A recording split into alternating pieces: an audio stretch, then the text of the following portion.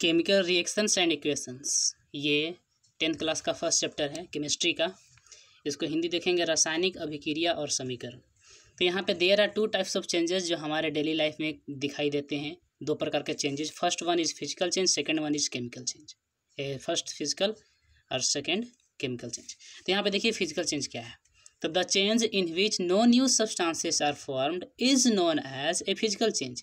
यानी physical change एक वैसा चेंज होता है जिसमें कोई भी नया सब्सटेंस नहीं बनता है, उसको हम लोग फिजिकल चेंज बोलते हैं। अब यहाँ पे देखिए एग्जांपल में tearing of paper, melting of ice, breaking of glass, boiling of water, formation of dough from flour. यानी आटे से अगर आप डफ बनाते हैं, उसको पानी को मिला करके मिक्स करते हैं वाटर को मिला करके, ये सब के सब क्या हैं? तो ये सब के सब फिजिकल चेंज है। Some physical changes are reversible but some are irreversible. यानी कि रिवर्जिबल और इरिवर्जिबल क्या होता है कि रिवर्जिबल चेंज वैसे चेंज को बोलते हैं जिसको वापस हम रिवर्स कर सकते हैं, फिर से वापस ओरिजिनल प्रोडक्ट में ला सकते हैं। कुछ चेंज जो होते हैं फिजिकल चेंज रिवर्जिबल होते हैं और कुछ जो होते हैं वो इरिवर्जिबल होते हैं। एग्जाम्पल में tearing of paper, breaking of glass, formation of dough, ये तीनों ये सब के सब क्या हैं? Irreversible changes that can not be reversed. Next one is हम देखते हैं melting of ice, freezing of water और मेल्टिंग ऑफ वैक्स। ये क्या है? Reversible change. रिवर्जिबल चेंज का मतलब वापस ला, जैसे मेल्टिंग ऑफ आइस है, बर्फ पिघल करके पानी बन गया, तब उसको फ्रीज करके फिर से बर्फ बना सकते हैं। ऐसे ही मेल्टिंग ऑफ वैक्स है, वैक्स पिघल गया तो उसको आप ठंडा कर दीजिए, फिर से वैक्स बन जाएगा। यानी दैट कैन बी रिवर्स्ड, वापस कर सकते हैं। चलिए अब आते हैं हम लोग यहाँ पे केमिकल चेंज में आते हैं। ये जो केमिकल चेंज है, the change in which a new substance with a completely different property is formed is known as a chemical change. यानी कि एक केमिकल चेंज एक ऐसा चेंज होता है जिसमें एक कम्प्लीटली नया सब्सटेंस बनता है। जैसे यहाँ पे देखिए the change in which a new substance, यानी कि वैसा चेंज जिसमें एक नया सब्सटेंस बनता है with a completely different property, यानी कि प्रॉपर्टी क्या होता है? बिल्कुल डिफरेंट होता है। Is formed is known as a chemical change. जैसे कुकिंग ऑफ फूड, भोजन बन जाएगा तो वापस नहीं ला सकते फिर जो इंग्रेडिएंट्स था। Digestion of food, souring of milk, formation of curd from milk, fermentation of grapes, rusting of iron etc। अब यहाँ पे देखेंगे कुछ कुछ पॉइंट्स हैं। जैसे all chemical changes are irreversible. जितने भी केमिकल चेंज है क्या है? इरिवर्जिबल, मतलब कि that can not be reversed, वापस आप नहीं ला सकते हैं। In a chemical change a chemical reaction is involve. हमेशा अगर कोई भी केमिकल चेंज है तो उसमें एक केमिकल रिएक्शन इन्वॉल्व होता है। So the chemical change is also known as a chemical reaction. यानी केमिकल चेंज को हम लोग केमिकल रिएक्शन भी बोल सकते हैं। चलिए आगे देखते हैं। नेक्स्ट वन इज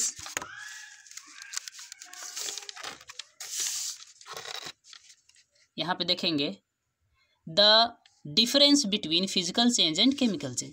तो फिजिकल चेंज केमिकल चेंज के लिए दो कॉलम बना लेना है और ये दो कॉलम बना लिए हैं। अब इसमें हम लोग क्या करेंगे? तो डिफरेंस देखेंगे। तो देखिए फिजिकल चेंज में the change in which no new substances are formed is called a physical change. यानी नया सब्सटेंस कुछ नहीं बनता है, उसको हम लोग फिजिकल चेंज कहते हैं। The change in which new substances are form, नया सब्सटेंस बन रहा है, is known as a chemical change. अब यहाँ पे देखिए कुछ physical change, some physical changes are reversible and some are irreversible. कुछ रिवर्जिबल हैं, कुछ इरिवर्जिबल हैं। यहाँ पे देखिए all chemical changes are irreversible. जितने भी केमिकल चेंज है सब के सब इरिवर्जिबल होते हैं, मैंने वापस नहीं ला सकते। इन दिस चेंजेस का मतलब physical changes, there is no necessarily energy change. कोई ज़रूरी नहीं है कि एनर्जी चेंज होगा ही, नहीं भी हो सकता है। लेकिन यहाँ पे देखिए in this changes there is necessarily energy change. यानी कि chemical reaction chemical change is always associated with energy change, either energy is absorbed और energy is released. Next one is the resultant substance has the same property. जो नया substance बना है उसका जो original substance के जैसा प्रॉपर्टी रहेगा, लेकिन यहाँ पे जो रिजल्टेंट सब्सटेंस होता है उसका बिल्कुल कंप्लीटली डिफरेंट प्रॉपर्टी होता है। किससे? ओरिजिनल सब्सटेंस से बिल्कुल ही डिफरेंट प्रॉपर्टी होता है। एग्जाम्पल में boiling of water, cutting of trees, breaking of glass, ये सब के सब फिजिकल चेंज है। यहाँ पे electrolysis of water, electrolysis of water मैंने वाटर में करंट को पास कराते हैं तो वाटर ब्रेक डाउन होता है हाइड्रोजन गैस और ऑक्सीजन गैस में, इसको बोलते हैं electrolysis of water. Digestion of food, rusting of iron, burning of fuels जलना। चलिए आगे देखते हैं हम लोग केमिकल रिएक्शन। केमिकल रिएक्शन क्या होता है? तो अभी भी बात किए थे कि chemical change is always associated with chemical reaction, तो बिल्कुल वही चीज़ है, यानी कि एक प्रोसेस है जिसमें से new substance with completely different property are form, यानी कि एक ऐसा प्रोसेस जिसमें नया सब्सटेंस बनता है जिसका प्रॉपर्टी पूरी तरह से डिफरेंट होता है, उसको हम लोग बोलते हैं केमिकल चेंज। अब आगे आ जाइए एग्जाम्पल में बर्निंग ऑफ मैग्नीशियम रिबन। अगर मैग्नीशियम रिबन कब जलाते हैं, magnesium is a metal, silvery grey colour का, it is available in the laboratory in the form of wires और in the form of ribbon, इसको जलाइए, एक केमिकल चेंज है। इलेक्ट्रोलिसिस ऑफ वाटर, जैसा कि ऊपर बात किए थे। राइपनिंग ऑफ फ्रूट्स, फल का पक जाना, बर्निंग ऑफ फ्यूल्स, ये सब के सब क्या है, केमिकल चेंज होते हैं, केमिकल रिएक्शन होते हैं। इंपॉर्टेंट पॉइंट है कि in a chemical reaction rearrangement of atoms take place, यानी जो एटम है वो नए एटम नहीं बनते हैं, जो एटम है हाइड्रोजन तो हाइड्रोजन ही रहेगा, ऑक्सीजन है तो ऑक्सीजन ही रहेगा, बस उनका रीअरेंजमेंट होता है। The breaking of old chemical bonds between atoms, यानी एटम्स के बीच में बॉन्ड होता है जो मॉलिक्यूल के रूप में प्रेजेंट रहते हैं, ये बॉन्ड टूटता है, पुराना बॉन्ड टूटता है। और further arranging of atoms bye new chemical bonds, और फिर अरेंजमेंट होता है और न्यू केमिकल बॉन्ड बनते हैं, टेक्स प्लेस, ये दोनों चीज़ें होती हैं, which results in the formation of new substance, जिससे कि एक नया सब्सटेंस बनता है विथ कम्प्लीटली न्यू प्रॉपर्टी, जिसका प्रॉपर्टी बिल्कुल ही अलग होता है। चलिए आगे और देखते हैं। Next one is example. Example हम लोग यहाँ पे देखेंगे, तो एग्जाम्पल में देखिए यहाँ पे हम लोग एग्जाम्पल लिए हैं कि the burning of magnesium ribbon, ये एग्जाम्पल है। Magnesium ribbon is burned in air, अगर आप इसको एयर में जलाइएगा मैग्नीशियम को तो इट बर्न्स, ये जलता है with A dazzling white light. Dazzling means what, very very bright white light, dazzling white light के फॉर्म में जलता है। Forms a powder of magnesium oxide, magnesium का ऑक्साइड का पाउडर बनाता है। ये मैग्नीशियम किसके फॉर्म में मिलेगा, रिबन। अब एयर में क्या रहता है, ऑक्सीजन, ये ऑक्सीजन के साथ मैग्नीशियम रिएक्ट करेगा, कब, जब हम लोग हीट देते हैं, उसको गर्म करेंगे तो क्या बनाएगा, मैग्नीशियम ऑक्साइड, जो व्हाइट पाउडर के रूप में होता है।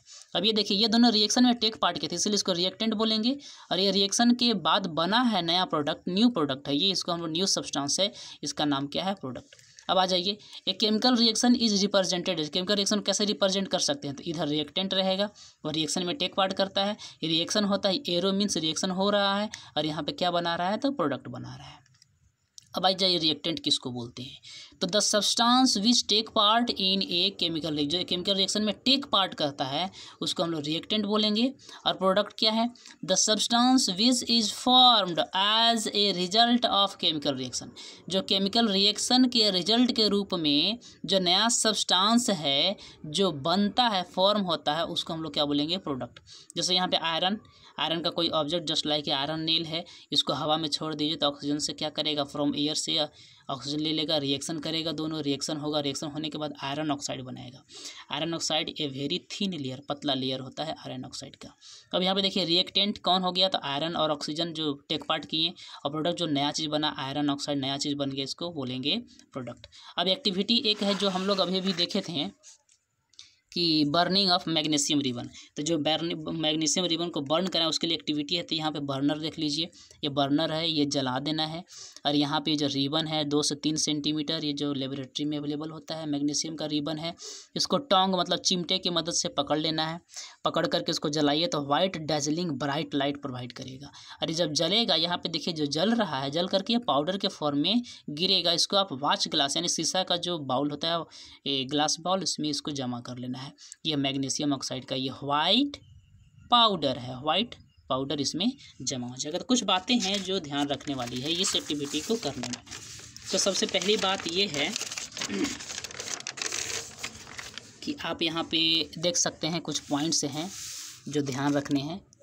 तो चलिए देखते हैं हम लोग कि द मैग्नीशियम ऑक्साइड, ये जो मैग्नीशियम का जो ऑक्साइड है ये बेसिक होता है नेचर में। नेचर में बेसिक का मतलब ये हुआ कि अगर आप इसको सॉल्यूशन बनाते हैं वाटर में तो ये turns red litmus paper into blue, blue में इसको कन्वर्ट कर देगा।